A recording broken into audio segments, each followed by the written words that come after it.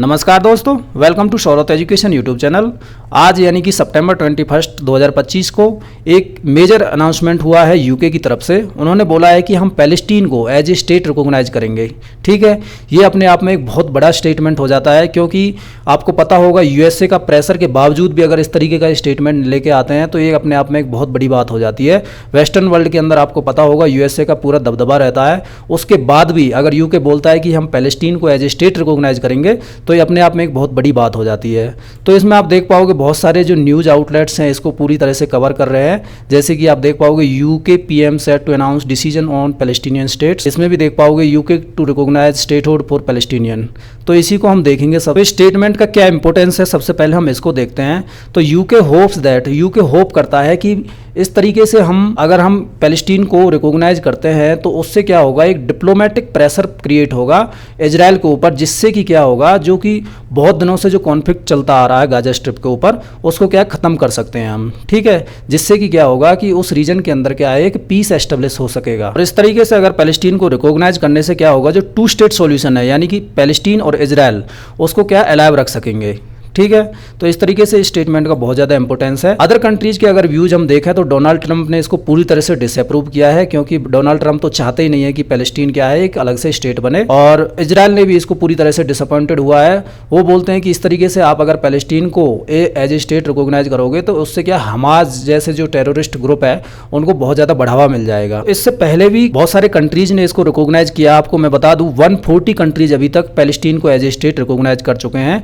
और अभी इसी वीक के अंदर क्या है, यूएन की जनरल असेंबली होने वाली है, उसके अंदर भी ऑस्ट्रेलिया, कनाडा और फ्रांस, ये 3 कंट्रीज ऐसे हैं जो पैलेस्टीन को एज ए स्टेट रिकॉग्नाइज करने वाले हैं। और अभी क्या हो गया, चौथा कंट्री भी जुड़ गया इसमें, वो हो गया यूके। ठीक है, तो अभी ऑस्ट्रेलिया, कनाडा, फ्रांस और यूके, तो ये सारे कंट्रीज क्या है, इसको पैलेस्टीन को एज ए स्टेट रिकॉग्नाइज करने वाले हैं यूएन की जनरल असेंबली के अंदर। इंडिया ऑलरेडी 2 स्टेट सॉल्यूशंस को आया है सपोर्ट, तो उसके अंदर क्या है, इंडिया ने ऑलरेडी पैलेस्टीन को एज ए स्टेट रिकॉग्नाइज करके रखा है। तो ये यूके के अंदर क्या है, लेबर पार्टी है एक, उसके प्रेशर की वजह से ये स्टेटमेंट निकला है।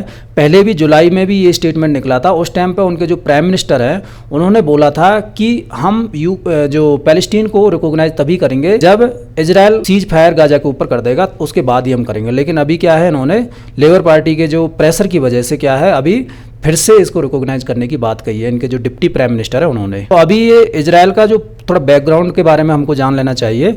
तो इजराइल और पैलेस्टीन का जो बैकग्राउंड है बहुत पुराना चलता आ रहा है। आप इस पिक्चर में भी देख पा रहे होंगे, जो ग्रीन कलर का है, पहले पैलेस्टीन इस तरीके से हुआ करता था, लेकिन धीरे धीरे करके क्या है, इजराइल का पोर्शन बढ़ता चला गया और पैलेस्टीन का पूरी तरह से खत्म होता चला गया। अभी क्या है, पैलेस्टीन का जो ग्रीन कलर आप इस पिक्चर में देख पा रहे होंगे, बहुत कम रीजन ही बचा है जिसके ऊपर पैलेस्टीन का कंट्रोल है, बाकी पूरा का पूरा कंट्रोल इजराइल के ऊपर है अभी। तो इस पिक्चर में भी आप देख पाओगे, ये वेस्ट बैंक है और ये गाजा स्ट्रिप है, इनके ऊपर पूरा का पूरा इश्यू चलता आ रहा है अभी फिलहाल के लिए। और ये जो गाजा स्ट्रिप है ये इजिप्ट का पोर्शन हुआ करता था पहले, और जो वेस्ट बैंक है ये जॉर्डन का हुआ करता था। तो इसी को हम डिटेल में देखते हैं पहले क्या हुआ। तो हिस्टोरिकल बैकग्राउंड में अगर जाते हैं हम, तो सबसे पहले ये जो इशू निकल के आता है जियोनिस्ट मूवमेंट के टाइम पर होता है 19th सेंचुरी में। आपको मैंने अभी जैसे दिखाया इस पिक्चर के अंदर, सबसे पहले इसमें पैलेस्टीन हुआ करता था बस। ठीक है, इस रीजन के अंदर। और पैलेस्टीन कौन थे, वो अरब नेशंस थे, अरब पॉपुलेशन थी पूरी की पूरी। तो जैनिस्ट मूवमेंट, उन्होंने ज्यूइश जो लोग थे उन्होंने मांग की थी हमारा के होमलैंड है जो, वो बोलते थे कि ये जो रीजन है पैलेस्टीन वाला, उनका एक होमलैंड है, यानी कि यहाँ से वो निकले हैं पूरे के पूरे, तो उनको क्या है, एक जगह मिलना चाहिए, एक स्टेट मिलना चाहिए अलग से। ठीक है, तो ये ज्यूस ने बोला था जियोनिस्ट मूवमेंट के अंदर 19th सेंचुरी में। उसके बाद आता है बेलफोर डिक्लेरेशन 1917 में, वर्ल्ड वार 1 के टाइम पे।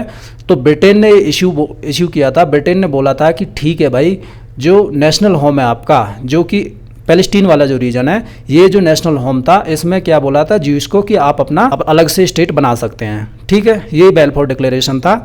उसके बाद ब्रिटिश मैंडेट आता है। ब्रिटिश मैंडेट का होता है कि ओटोमन एम्पायर कोलैप्स होने के बाद लीग ऑफ नेशंस ने प्रेशर बनाया और उन्होंने बोला कि जो पैलेस्टीन को आप इस तरीके से अलग थलग नहीं कर सकते, और पैलेस्टीन और ज्यूस उन दोनों को एक अलग से, मतलब दोनों टू स्टेट सॉल्यूशंस की बात बोली उन्होंने, जो ब्रिटिश मैंडेट आया था। देन अरब रिवोल्ट होता है 1936 से 1939 के बीच में, जिसके अंदर अरबी जो पीपल्स थे उन्होंने बोला कि इस तरीके से आप हमारे जो लोकेशन है उसको किसी दूसरी जो ज्यूस पीपल्स को नहीं दे सकते, ठीक है। तो यही उन्होंने रिवोल्ट किया था 1936 से लेकर 1939 तक। तो इसी तरीके से चलता रहा। फिर यूएन का पार्टीशन प्लान आता है 1947 में। इसके अंदर यूएन ने क्लियर कट बोला कि ये जगह है, इसको दो हिस्सों में बांट दिया जाए, एक पैलेस्टीन को दे दिया जाए और दूसरा क्या है, ज्यूइश पॉपुलेशन को दे दिया जाए, ठीक है। और जेरूसलम जो इनकी जो कैपिटल थी उसको इंटरनेशनल सिटी के रूप में बना दिया जाए। तो इनका जो यूएन का जो पार्टीशन प्लान आता है 1947 के अंदर। लेकिन हुआ क्या, ये जो यूएन का जो प्लान था, पैलेस्टीन ने तो इसको एक्सेप्ट नहीं किया, जबकि ज्यूस जो लीडर्स थे उन्होंने इसको एक्सेप्ट कर लिया था, यानी कि इजरायली वाले जो लीडर्स थे उन्होंने इसको एक्सेप्ट किया। लेकिन अरब वाले जो साइड के जो पीपल्स थे, जो पैलेस्टीन जो ऑलरेडी उसमें रहते थे, उन्होंने उसको रिजेक्ट किया। उन्होंने बोला कि इस तरीके से आप हमारी जो लोकेशन को किसी दूसरे लोगों को नहीं दे सकते हो। देन 1948 का अरब इजरायली वार होता है, क्योंकि इस तरीके से आप अगर यूएन का प्लान अगर किसी ने नहीं माना तो क्या हुआ, अरबी जो कंट्रीज़ थे, अरब जो नेशंस थे, उन्होंने मिलकर इजराइल के साथ एक लड़ाई छेड़ दी थी, जिसके बाद क्या है, इजराइल जीत गया था। और जितनी भी जो टेरिटोरीज उन्होंने यूएन जो प्लान के अंदर थी, उसके अलावा भी जितनी टेरिटोरी उन्होंने जो जीती थी, उनको भी क्या है, इजरायली एक अलग स्टेट में बना दिया गया। देन 1967 में 6 डे वार होता है।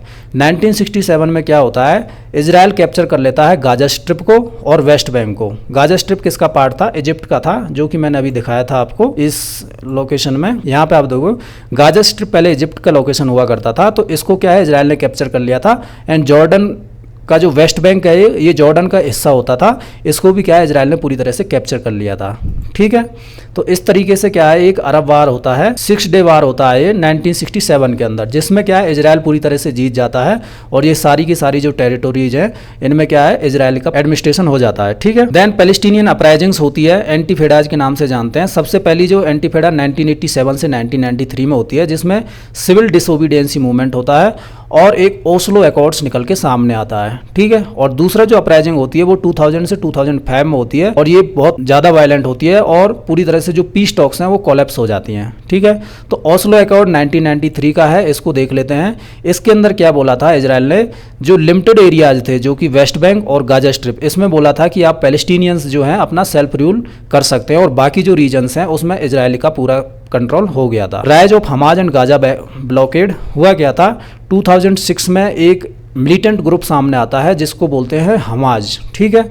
तो ये हमाज जो ग्रुप है, ये मिलिटेंट ग्रुप था और ये गाजा स्ट्रिप के ऊपर पूरी तरह से कंट्रोल कर लेता है 2007 में, और तभी से ये लड़ाई पूरी तरह से दोबारा से शुरू हो जाती है इजराइल और हमास के बीच में। ये ब्लॉकेड जो, क्योंकि ये पूरा रीजन क्या है, हमास के कंट्रोल में चला जाता है, गाजा स्ट्रिप और वेस्ट बैंक, तो इसी के ऊपर पूरी लड़ाई शुरू हो जाती है। देन रिसेंट एस्केलेशंस, अक्टूबर 7 2023 में हमास एकदम से सरप्राइज अटैक कर देता है इजराइल के ऊपर, जिसके अंदर 1200 पीपल्स के समथिंग मारे जाते हैं और 250 के समथिंग वो होस्टेज बना लेता है।